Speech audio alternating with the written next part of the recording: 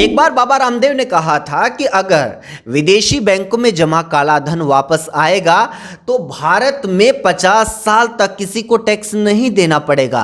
Tax नहीं देना पड़ेगा इसका मतलब ये हुआ कि पेट्रोल डीजल आपको 30 से 35 रुपए प्रति लीटर और एलपीजी गैस सिलेंडर 200 रुपए का मिलने लगेगा। तो 400-500 रुपए का सिलेंडर ना मिल करके 200 रुपए का ही मिला करेगा। मोदी जी ने कहा था कि सरकार के अंदर इच्छा शक्ति होनी चाहिए। काला धन तो बड़ी आसानी से वापस आ सकता है। हम सत्ता में आएंगे तो काला धन वापस लाएंगे और उसे देश के लोगों में बांटेंगे। लेकिन आप सभी को पता है कि काला धन तो वापस नहीं आया, लेकिन विदेशी बैंक का एक आंकड़ा सामने आया है जिसको लेकर खूब बवाल मचा हुआ है। पता चला है कि स्विस बैंक में जमा भारतीयों की रकम में जबरदस्त बढ़ोतरी हुई है, वो भी इस कोरोना काल में। यह राशि बढ़कर 20,700 करोड़ रुपए हो गई है। ये साल 2019-20 के मुकाबले 286% यानी 3 गुना से भी ज्यादा है।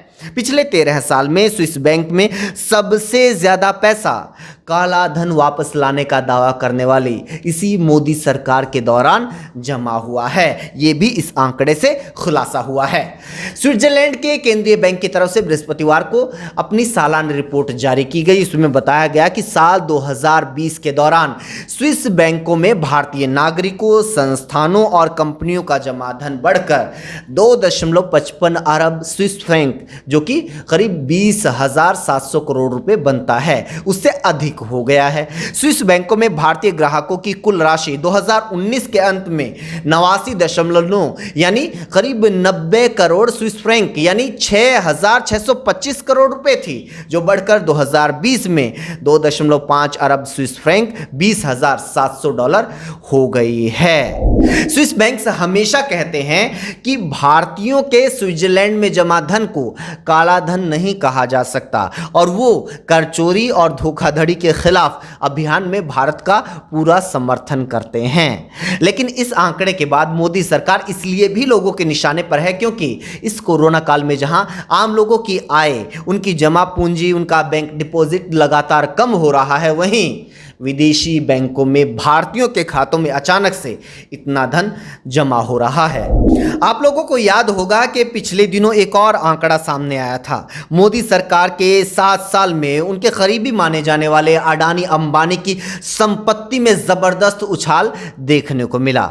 इससे लोगों को मोदी सरकार पर निशाना साधने का एक और मौका मिल गया था। भारत के दिग्गज उद्योगपति और अडानी ग्रुप के संस्थापक गौतम अडानी एशिया के दूसरे सबसे अमीर व्यक्ति बन गए। पिछले वित्त वर्ष में यानी कोरोना काल में उनकी संपत्ति में 2.47 जी हां 2,47,000 करोड़ रुपए का इजाफा हुआ है। जाहिर है कोरोना काल में आपकी संपत्ति घट रही है, अडानी की संपत्ति बढ़ रही है।